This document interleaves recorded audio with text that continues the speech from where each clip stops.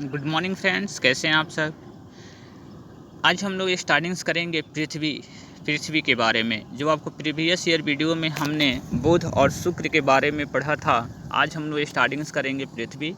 यह आपको सूर्य से तीसरे नंबर की ग्रह होगी, क्योंकि आपको हमने सबसे पहले सूर्य के बारे में पढ़े थे, उसके बाद बुध ग्रह के बारे में, उसके बाद शुक्र ग्रह के बारे में, और हम लोग आज पढ़ेंगे पृथ्वी ग्रह के बारे में। पृथ्वी ग्रह का क्रम जो सूर्य से होगा कितने नंबर पर होगा? तीसरे नंबर पे। तो चलिए पृथ्वी के बारे में हम लोग पढ़ते हैं। इसे बहुत इंपॉर्टेंट क्वेश्चंस हमारे पीसीएस एग्ज़ाम में जितने भी क्वेश्चंस आपको दिए गए हैं सभी पर हम लोग थोड़ी थोड़ी डिस्कस कर लेंगे। अब आपको टोटल चीज़ को डिस्कस करते हुए फिर हम लोग आगे बढ़ेंगे। तो चलिए आज की हम लोग एपिसोड की करते हैं शुरुआत पृथ्वी के साथ। चलिए सर, इसके कुछ नोट्स हैं, इसको क्लियर करते हैं। पृथ्वी सूर्य से दूरी के क्रम में तीसरा ग्रह तथा सभी ग्रहों की आकार की दृष्टि से पांचवा सबसे बड़ा ग्रह है। यानी कि पृथ्वी को सूर्य से कितने नंबर की ग्रह है? तीसरा ग्रह है। तीसरा ग्रह कैसे? आपको सबसे पहले बुध हुआ, शुक्र हुआ और तब पृथ्वी हो गया, तो तीसरा नंबर हो गया। और आकार की दृष्टि से पांचवा सबसे बड़ा ग्रह है। यह सूर्य और मंगल के मध्य स्थित है। देखिए बहुत इंपॉर्टेंट पॉइंट आई, शुक्र और मंगल। इसका मतलब क्या हुआ? पृथ्वी जो था, पृथ्वी के पहले आपको शुक्र था और पृथ्वी के बाद मंगल है। तो इसका मतलब है, अर्थ हुआ कि मंगल का स्थिति क्या होगा? तो चौथा नंबर का ग्रह होगा। समझ में आ रही होगी। पृथ्वी पर जीवन इस प्रकार पाई जाने वाले पारिस्थितिकी के कारण है। पारिस्थितिकी के कारण ही पृथ्वी ग्रह को ग्रीन प्लानिट की संज्ञा दी गई है। यूनानी दार्शनिक अरस्तु, जिसका कार्यकाल जो आपको 384 से 322 ईस्वी पूर्व में अपनी पुस्तक ऑन द हेवेंस के द्वितीय खंड के 14वें अध्याय के स्पष्ट उल्लेख किया था कि पृथ्वी गोलाकार है, परंतु सौर्यमान है कि पृथ्वी की आकृति लक्ष्य गुलाब है, उसको ऑब्लेट एस्फेरॉइड के सर्वाधिक निकट है। इस आकृति को जियाड भी कहा जाता है। पृथ्वी अपने अक्ष पर 23.5 डिग्री झुकी हुई है। बहुत इंपॉर्टेंट क्वेश्चन है। पृथ्वी अपने अक्ष पर कितने डिग्री पर झुकी हुई है? 23.5 डिग्री पे।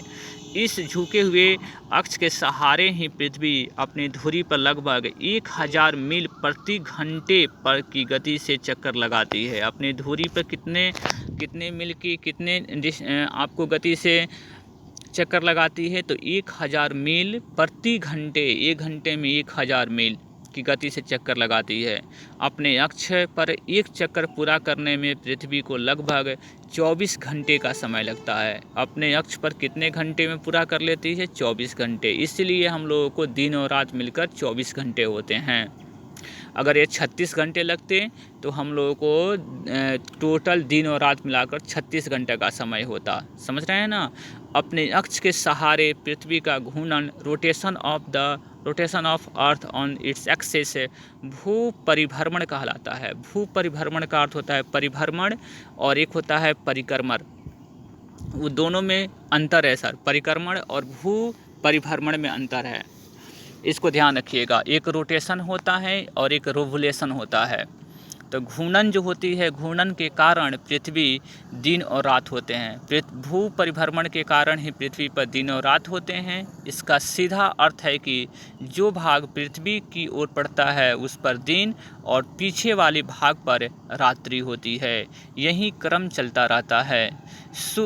देखिएगा, इससे क्लियर हो रहा है कि सूर्य आपको हमेशा स्थिर होता है और पृथ्वी उसकी परिभ्रमण करती रहती है, अपने अक्ष पर परिभ्रमण करती रहती है। पृथ्वी का अपने अक्ष पर झुकाव और इसकी परिक्रमण गति के कारण मौसम परिवर्तन होते हैं।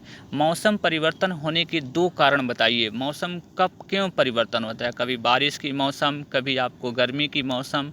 ऐसे आपको मौसम में परिवर्तन आपको परिक्रमण और उसी झुकी हुई आपको एंगल पर डिपेंड करती है। अगर पृथ्वी अपने अक्ष पर कितनी डिग्री पर झुकी हुई है? 23.5 डिग्री पर।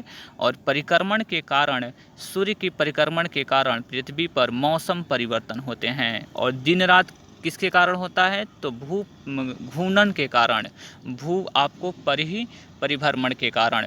इसको ध्यान रखिएगा।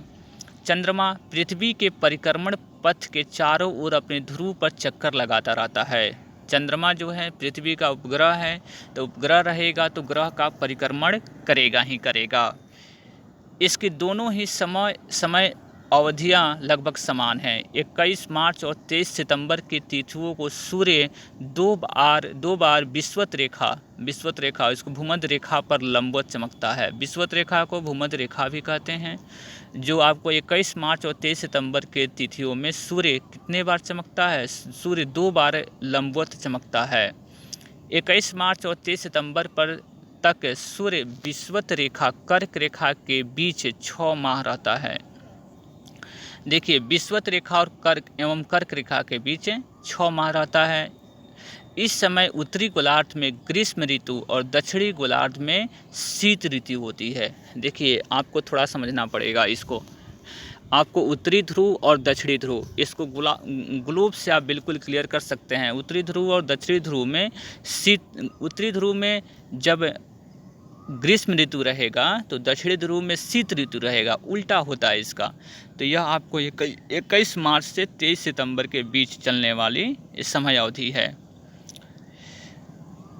उत्तरी गोलार्ध की अपेक्षा दक्षिणी गोलार्ध में सूर्य की किरणें अधिक तिरछी पड़ती है। उत्तरी गोलार्ध में अपेक्षा दक्षिणी गोलार्ध में सूर्य की जो किरणें होती है अधिक तिरछी पड़ती है।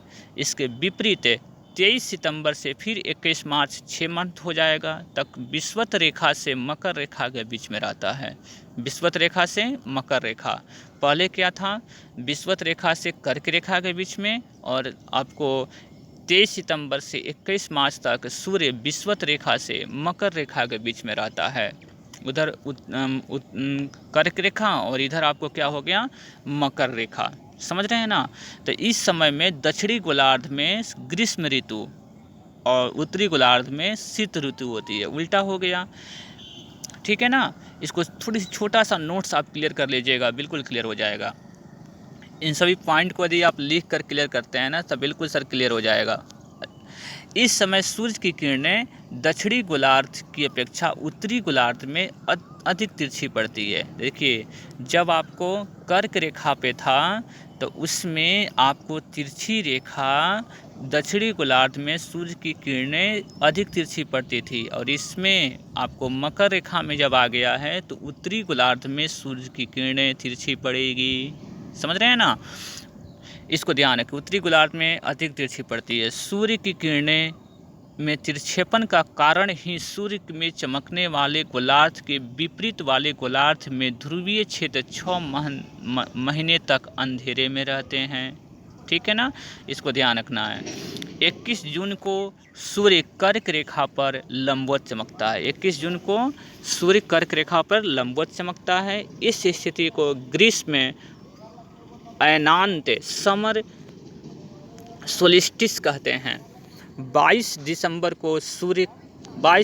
को सूर्य मकर रेखा पर लंबवत होता है, यानी कि 21 जून को कर्क रेखा पर और 22 दिसंबर को मकर रेखा पर लंबवत रहता है। इस स्थिति को बोलते हैं शीत अयनांत, बोलते हैं आपको विंटर सोलिस्टिस कहते हैं। पृथ्वी के दोनों अक्ष 23.5 डिग्री पर झुके हुए हैं और स्वयं के प्रति समानांतर भी हैं, यानी कि दोनों जो रेखाएं हैं समानांतर भी हैं और 23.5 डिग्री पर दोनों रेखाओं पर झुकी हुई है। 45 डिग्री अक्षांश विषुवत रेखा और ध्रुवों के मध्य से होकर गुजरती है।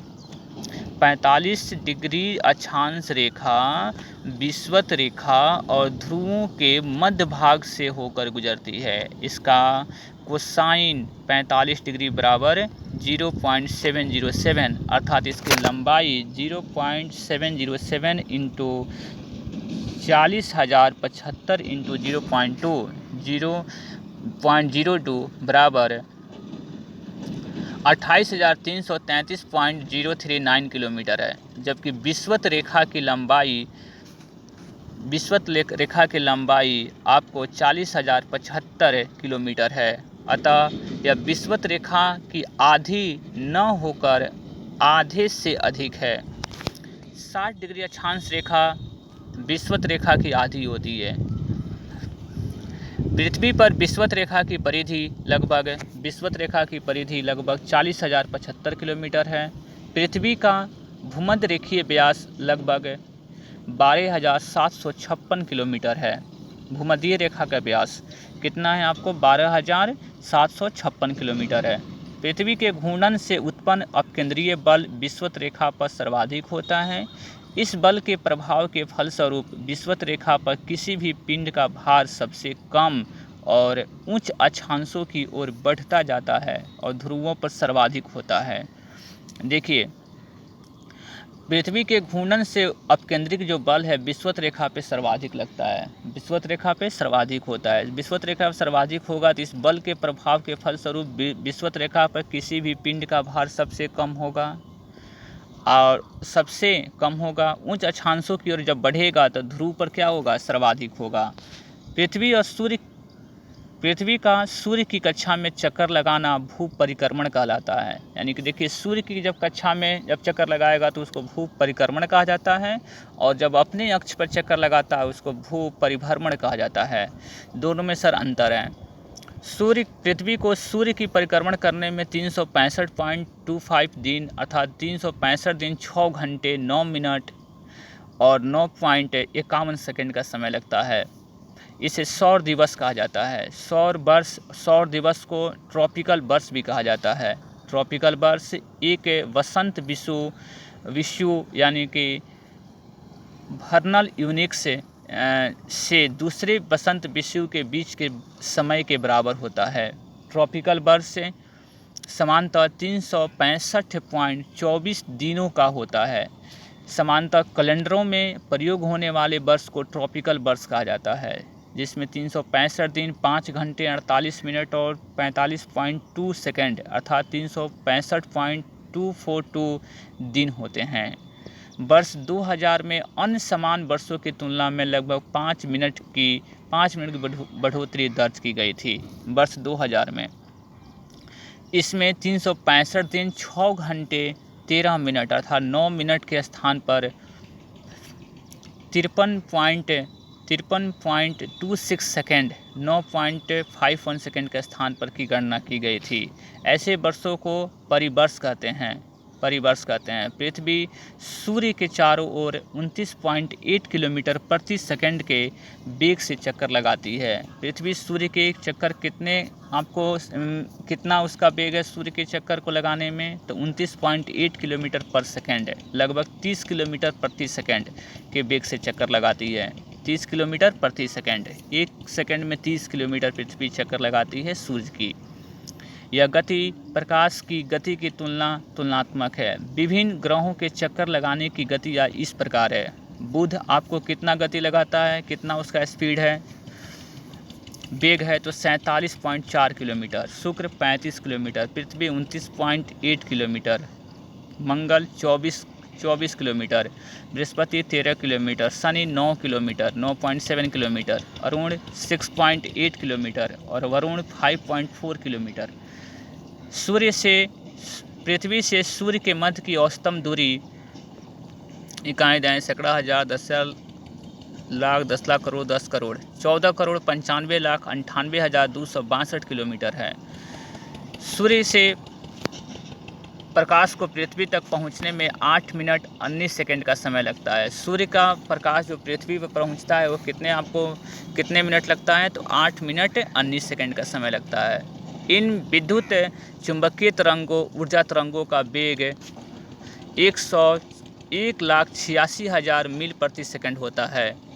चंद्रमा पृथ्वी का एकमात्र उपग्रह है जो पृथ्वी से 3,84,400 किलोमीटर औसत दूरी पे है।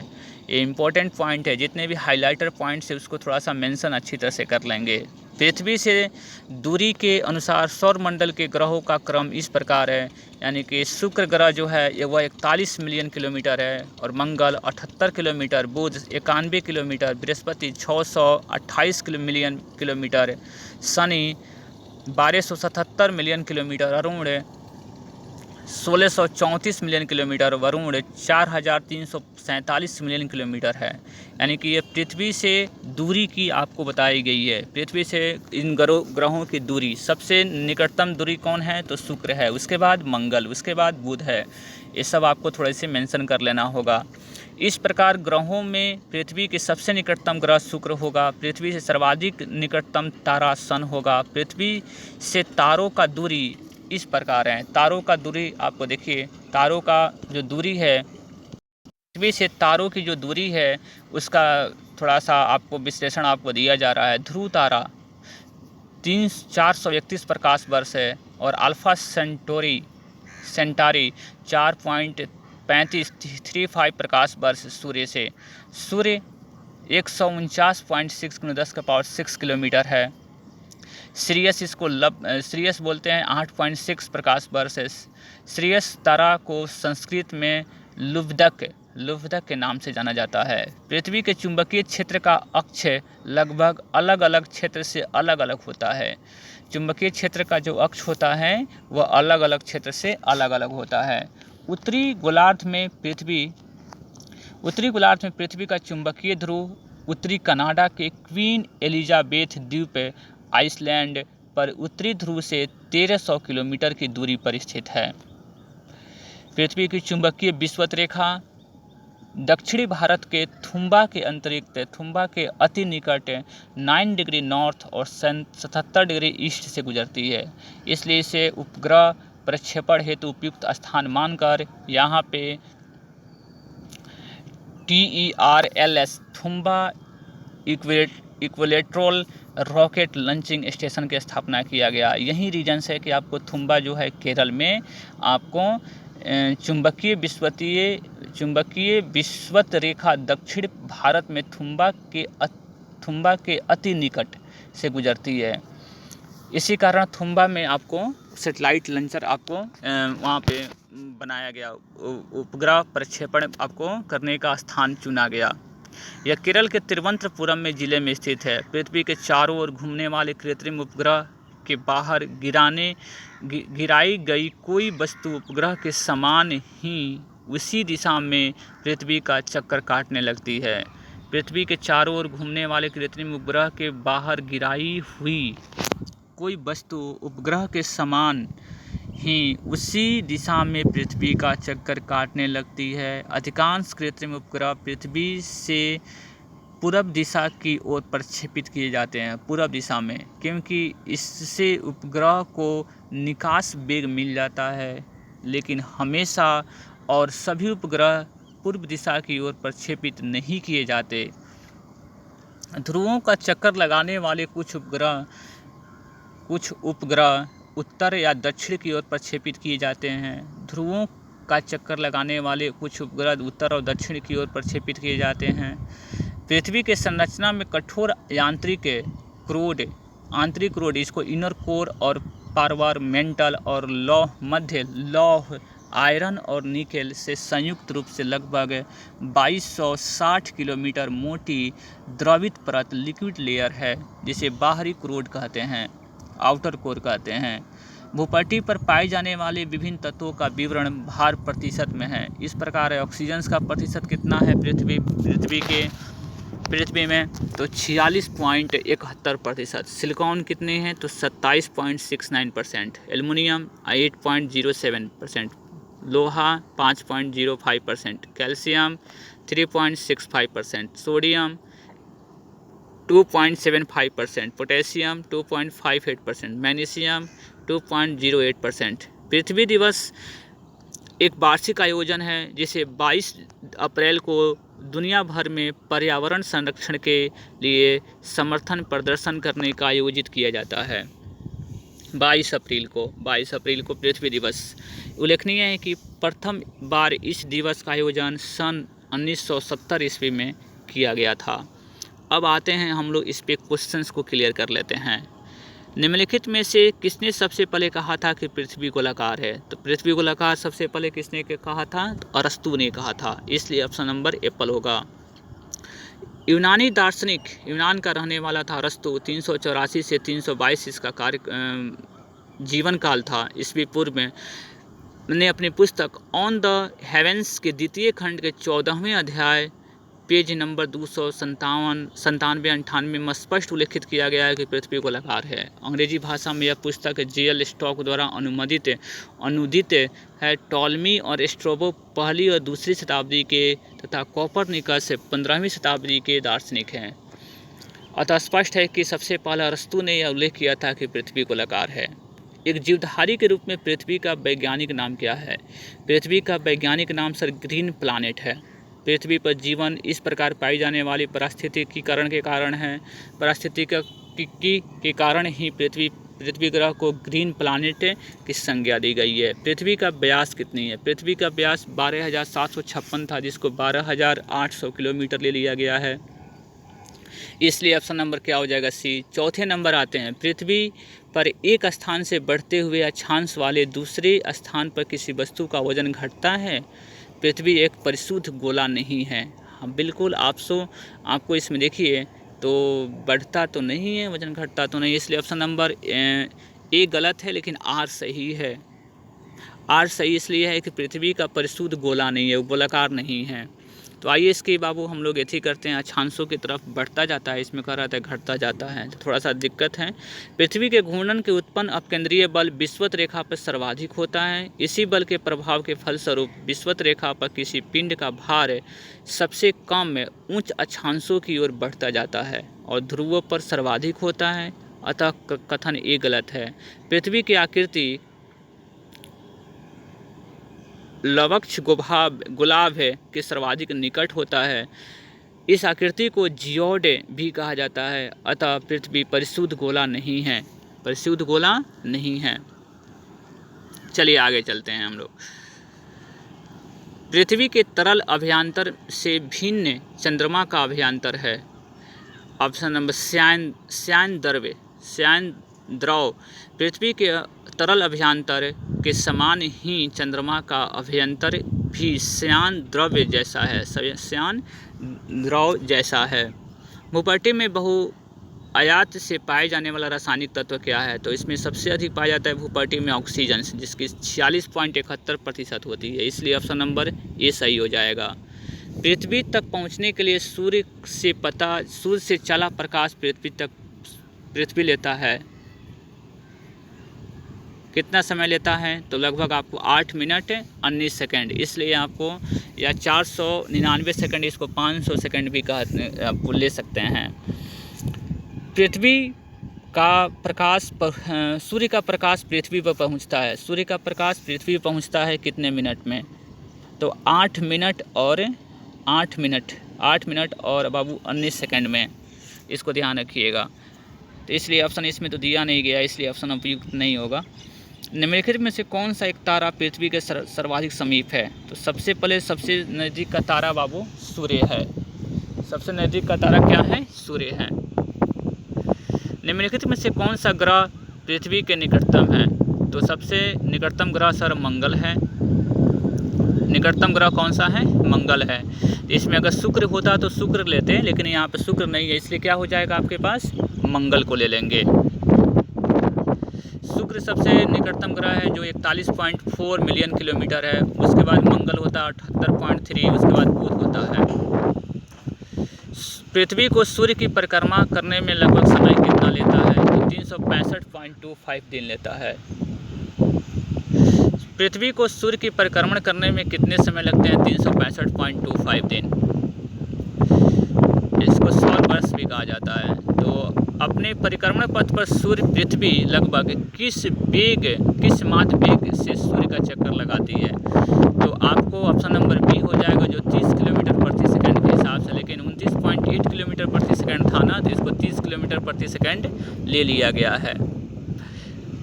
पृथ्वी परिभ्रमण करती हुई प्रति मिनट करीब कितनी दूरी तय कर लेती है? परिभ्रमण थोड़ा सा ध्यान रखिएगा, कितनी दूरी तय करती है?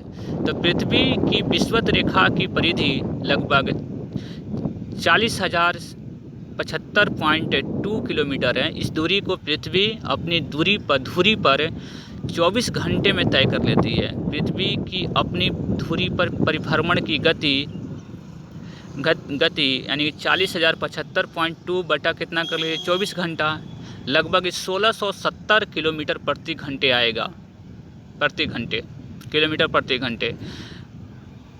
इस आधार पर प्रति मिनट पृथ्वी की गति 1670 पर 60 मिनट होगा। तो 60 मिनट को आपको मिनट में अगर चेंज करना चाहते हैं तो 27.83 किलोमीटर प्रति मिनट होगी, जो विकल्प में उत्तर में नहीं है। यानी कितना आएगा वो 27.83 किलोमीटर। पृथ्वी की भूमध्य रेखीय परिधि कितनी है? तो 40,000 किलोमीटर, इसलिए ऑप्शन नंबर बी बाबू सही हो जाएगा। देखिए आपने 40,075 था तो इसमें 40,000 ऑप्शन में है तो बिल्कुल सही है। भूमध्य रेखीय परिधि कितना हो जाएगा? 40,000 किलोमीटर।